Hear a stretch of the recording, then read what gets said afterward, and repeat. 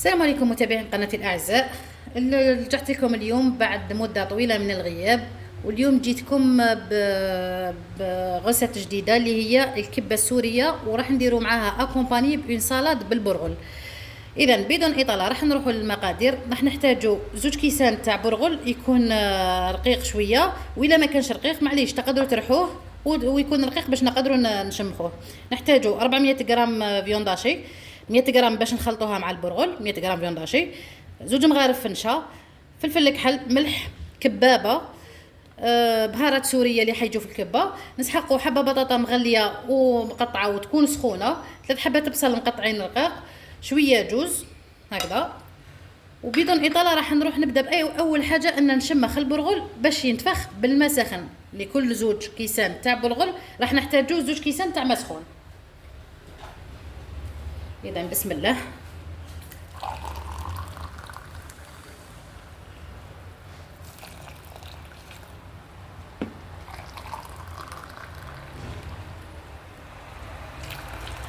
هكذا ونخلوه ينتفخ ونروحوا ديريكت نوجدوا الحشو تاعنا. نحركوها هكذا يدخل فيها كاع الماء ونخلوها تنتفخ بجهه.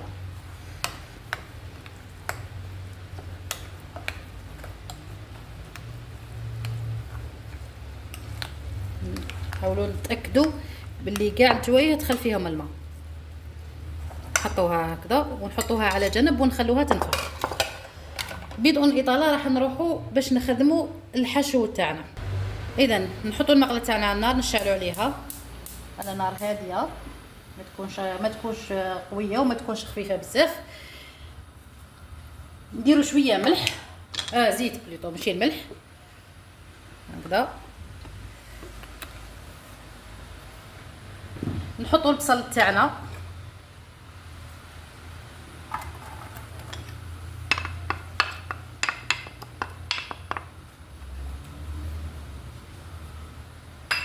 ديريكتومون نحطو فوق الفيونداشي تاعنا.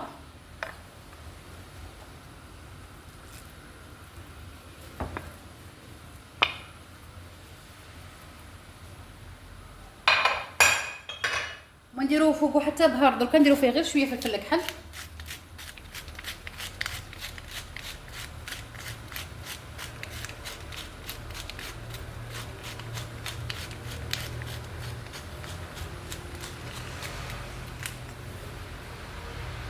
ونخلوه نخلطوه ونخلوه يتقلى على نار هاديه، ونروحوا نشوفوا بقيه المقادير تاعنا.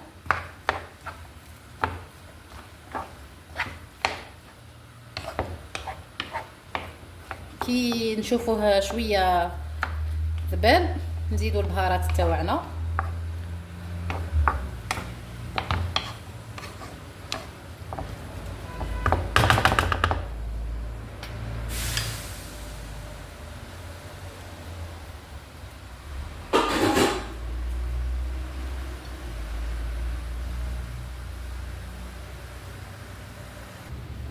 اذا هنا البرغل تاعنا بعد ما نشف شويه، بعد ما تشمخ بليطو، شوفوا كيف طهرات.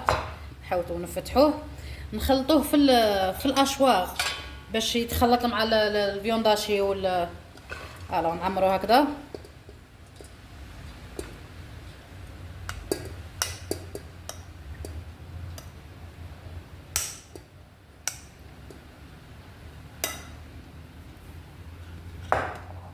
نديرو شويه فيونداشي هكذا، ونديرو شويه نشا،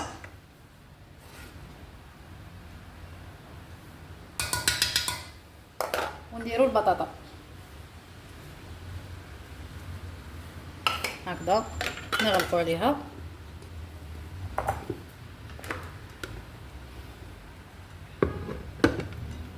اذا انا حنحبس لا فيديو باش ما ندير لكمش الحس بزاف، ونعاود نرجع لكم نوريكم كيفاش تخلطت.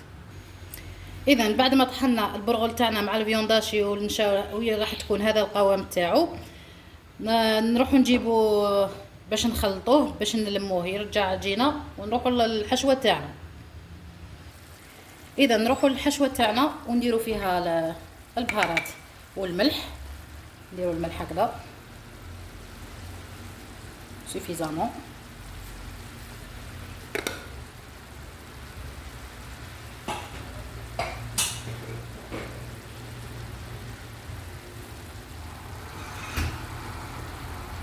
نديرو الكبابه هكذا، راح تعطي نكهه شابه للحشو. ونديرو هذوك البهارات السوريه اللي هضرنا عليهم تاع الكبه.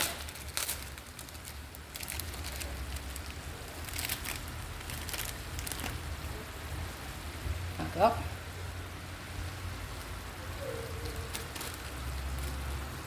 نخلطو مليح. رائحه جد رائعه راهي تخرج منها.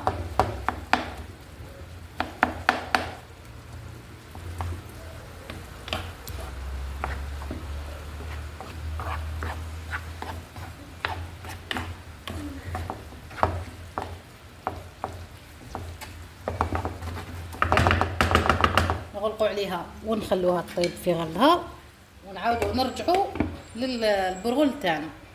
اذا رجعنا للبرغل تاعنا، نحاولوا نخلطوه بيدينا هكذا، نعجنوه. شنو لازم له نزيدوا له الماء باسكو هكذا راه يابس بزاف. نجيب حاجه اكبر من هذه باش نخلط فيها ونرجع لكم. اذا هكذا نبداو نضيفوا الماء بشويه ونخلطوا. ما نضيفوش الماء ضربه واحده باش ما يتعجن لناش. نضيفوا بشويه ونخلطوا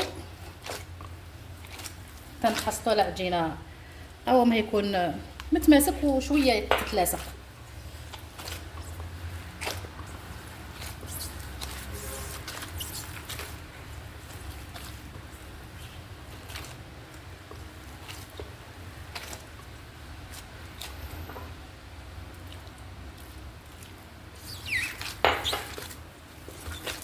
اذا نكمل انا نخلط العجينه تاعي ونرجع لكم. اذا بعد ما خلطنا عجينه الكبه تاعنا راح ننكهوها بنفس البهارات اللي درناهم في الحشو باش تجي شويه بنينه لهذه العجنه، باسكو ما رانا دايرين فيها والو. كوع على بالكم البرغل صامت ما فيه والو. نديروا البهارات السوريه هذو هكذا. نديروا شويه تاع الكبابه،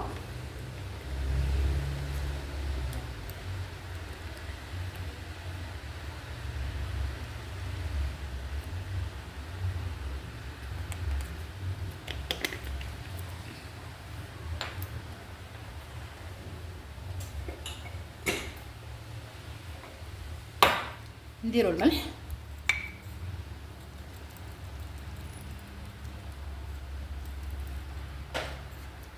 والفلفل الكحل،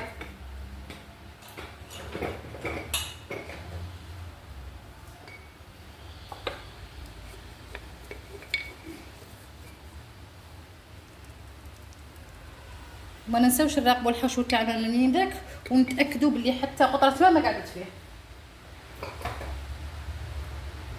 اذا نخلط الحشوه تاعي ونرجع لكم.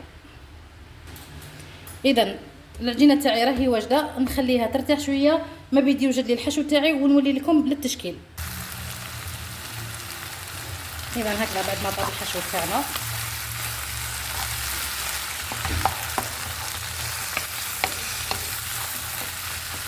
نضيفوا عليه الجوز هكذا. يجي فيه الجوز ولا يجي فيه الصنوبر. هنا دابيتيد انا نشوفهم يديروا كاوكاو،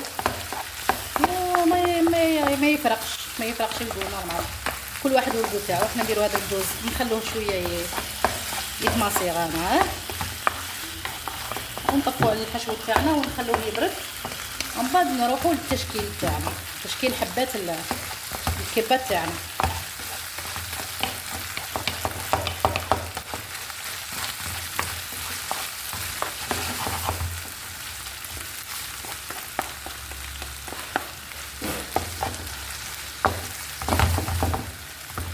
هكا سي بون، نطفيو عليها ونخليوها تبرد. رجعت لكم باش نعاودوا نشكلوا الكبه تاعنا. العجينه تاعنا راهي واجده، جبنا معنا الماء باش نغطسوا يدينا وسنيوه باش نحطوا فيها. سنيوه هذه لازم نشمخوها بالماء باش ما يسقوناش حبات الكبه.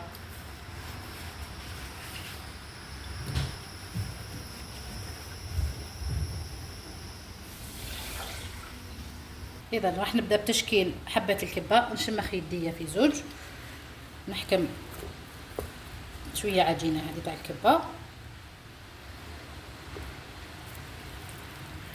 نخلطها نحكمها هكذا. نحاول ندير شكل الكبه، نحاولوا قدر الامكان ان ما نخلوهاش تحفر هكذا. نرقوها هكذا، نعمروها بالحشو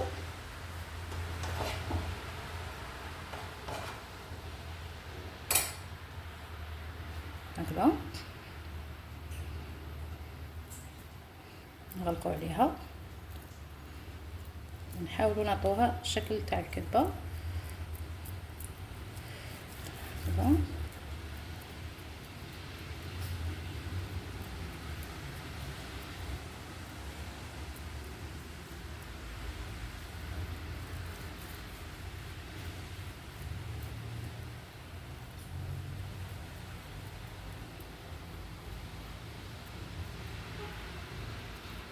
هاوليك شكل تاع حبه كبه. نحطوها في السنيوه اللي كنا شمخناها، ونحاولوا كي نحطوهم نبعدوهم على بعضهم بعض.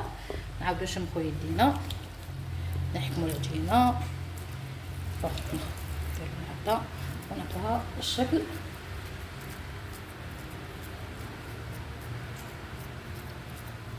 هكذا. نديروا الحشو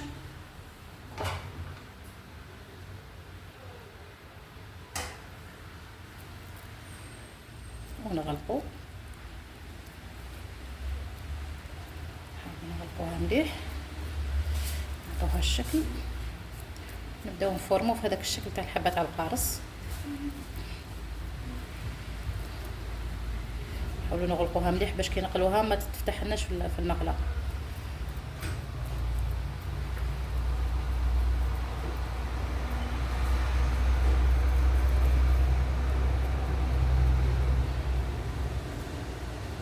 هايليك الكبه تاعي هكذا كيفاش حطيناهم. نحاولوا نبعدوهم، ما نخليوش يتلاصقوا باش ما يلصقوناش. نكمل الكميه تاعي كامله ونرجع. اذا بعد ما كملت كل الكميه تاعي اني رجعت لكم وهي واجده. دوكا ما بقى علينا غير نروحوا نديروا الزيت تاعنا تسخن ونبداو نقليو فيها. اذا رجعت لكم باش نقليو الكبه تاعنا. نديروا الزيت تاعنا في كسرونه ولا قدره تكون صغيره هكا وتكون غامقه، والاهم تكون ثقيله باش ما تحرقناش الكبه تاعنا. نشعلوا عليها نار شويه قويه ونخلوها تسخن مليح، ومن بعد باش نديروا الكبه تاعنا تبدا تتقلى لازم تغطس داخل في الزيت. اذا كيفاش نعرفوا بلي الزيت تاعنا راهي في لا بون طومبيراتور؟ نغطسوا فيها من غير فتح حطب، كي تبدا تغلي هكا نعرفوها بلي سخنت. اذا نبدا نقلي الكبه تاعي. بسم الله، نديرهم بالحبه. بسم الله، نكثروش في الزيت باش ما يتضايقوش، نخلوهم يحمروا مليح.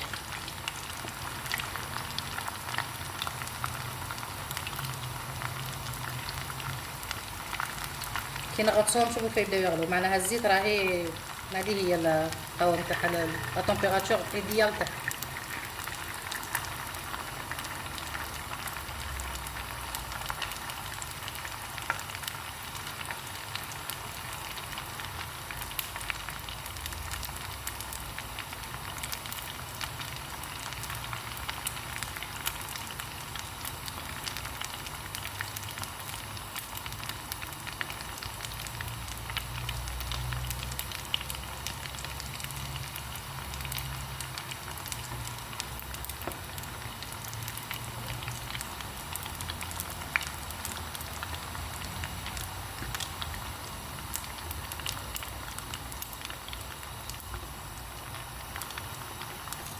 اذا هذا هو اللون تاع الكبه اللي نحوسوا عليه، يكون هكا ضوغي، ما هي محروقه ما هي خضراء، هكذا نحوها.